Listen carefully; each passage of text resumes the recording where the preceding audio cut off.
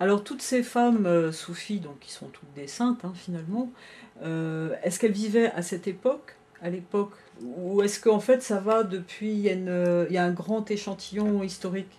Alors, je ne saurais pas vous répondre très précisément. Il y a un grand, il y a un- c'est pas- elles ne sont pas toutes de la même époque, puisque en fait on peut le voir à la longueur des chaînes Des de chaînes de transmission. Tout transmission, oui. simplement, plus la chaîne est longue, plus il est probable que Ouais, la scène se situe à un. Mais ouais. dans tous les cas, il s'agit plutôt vraiment des premiers temps de l'islam, c'est-à-dire Mhm. non pas les premières générations des compagnons du prophète, ni même celles de la génération qui venait juste après, ni même je dirais la génération encore après, mais voilà, la génération qui venait en quatrième position, si on peut dire, donc à peu près le troisième ou quatrième siècle de l'Égypte. D'accord. Et est-ce qu'on peut noter une évolution entre disons, le portrait type, enfin presque photographique qui a été fait dans l'entourage féminin du prophète par Abdallah Penaud, et les portraits de femmes soufis qui sont de cet ouvrage? Est-ce qu'on voit une évolution donc de la sainteté, du type de sainteté qui est accessible? Alors tout à fait, on voit une.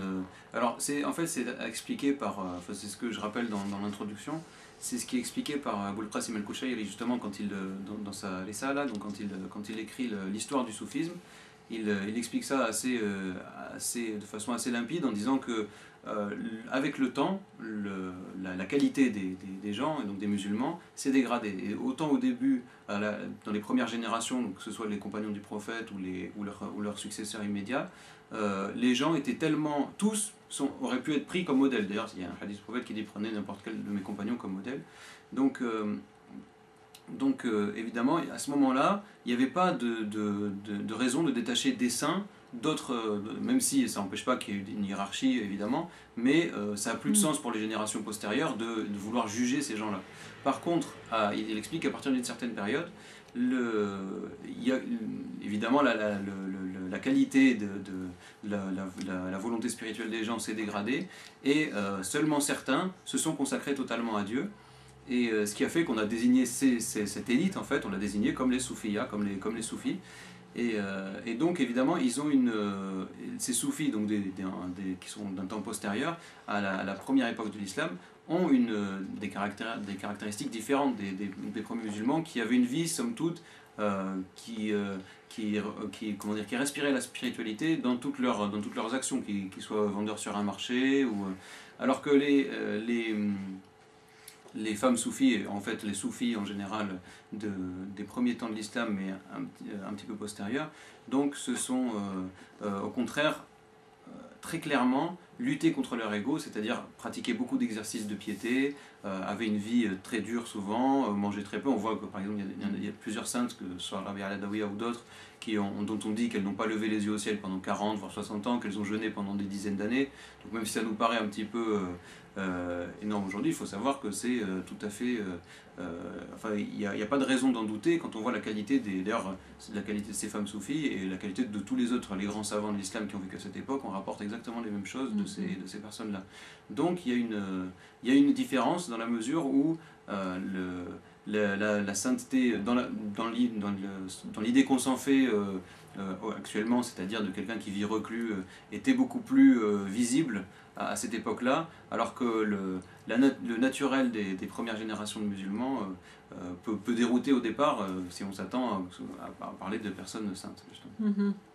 Et alors, pour en venir au contexte actuel, qu'est-ce qui vous a donné envie de traduire ce texte? Déjà, quand est-ce qu'il a été retrouvé? Est-ce que c'est la première fois qu'il est présenté au public français? Alors, au public français, oui, c'est la première fois. D'accord. Et qu'est-ce qui vous a donné envie de faire cette traduction? Parce que là, pour le coup, 1000 ans plus tard, on est encore plus loin Alors, tout à fait. j'imagine, de la possibilité de suivre cette ascèse. Alors, tout d'abord, je tiens à remercier le Cheikh Abdallah Penaud qui m'a incité à traduire ce livre et qui m'a permis ensuite, qui m'a beaucoup aidé dans la traduction.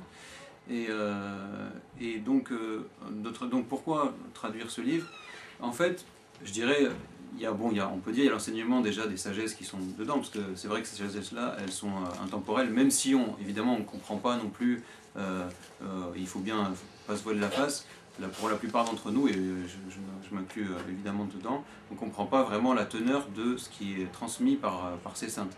On peut simplement essayer de s'en inspirer ou d'en retirer quelque chose, mais comprendre évidemment, de toute façon, c'est ce que les soufis, il me semble, appelaient le dhawq, c'est-à-dire le goût. Et comme disait Sayyidina al-Amir Abdelkader, le goût, pour expliquer le goût, il disait, c'est comme expliquer le plaisir sexuel à un impuissant. Donc si on est impuissant, ben, on ne pourra jamais comprendre de quoi il s'agit.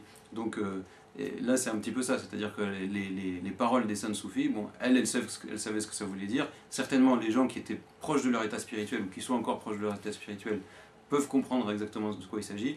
Pour nous, il y a plutôt disons, on peut essayer de prendre modèle sur certaines paroles. Mais il y a un intérêt, je dirais, qui est beaucoup plus lié au contexte actuel, c'est de présenter un peu un autre visage de l'islam, de la femme dans l'islam, parce que c'est vrai qu'on voit beaucoup aujourd'hui la femme musulmane comme on nous la présente beaucoup comme une femme, je dirais, soumise dans le mauvais sens du terme, c'est-à-dire justement qui n'a pas de spiritualité, à qui on couperait tous les ponts, et comme si le fait de vivre son islam, finalement, c'était se couper de la vie. Alors qu'on voit bien que d'une part, ça prouve que les femmes en islam ont droit à une spiritualité, et qu'elles ont, quelle que soit la forme de cette spiritualité, elles ont tout à fait la même place que les hommes, vraiment autant. Ce qui d'ailleurs se comprend assez bien, parce que logiquement, la spiritualité, c'est se défaire de son ego. Donc son ego, c'est-à-dire tout ce qui nous caractérise comme humains. Et donc la différence des sexes, elle fait partie de ça aussi. Donc il y a une logique dans le fait que même des femmes puissent être appelées rijal, puissent être appelées par le nom des hommes dans le contexte spirituel.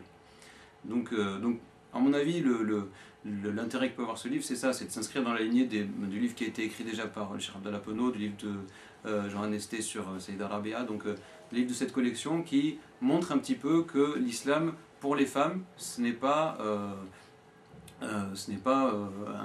une sorte de désert spirituel où ce serait seulement les hommes qui auraient droit de s'avancer vers Dieu finalement. Très bien, bah écoutez, puis je pense également que le goût qu'on peut ressentir en lisant ce texte peut même intéresser des spirituels d'autres traditions. Tout à fait, parce que de toute façon, même si l'accent est mis... alors, je tiens quand même à dire que...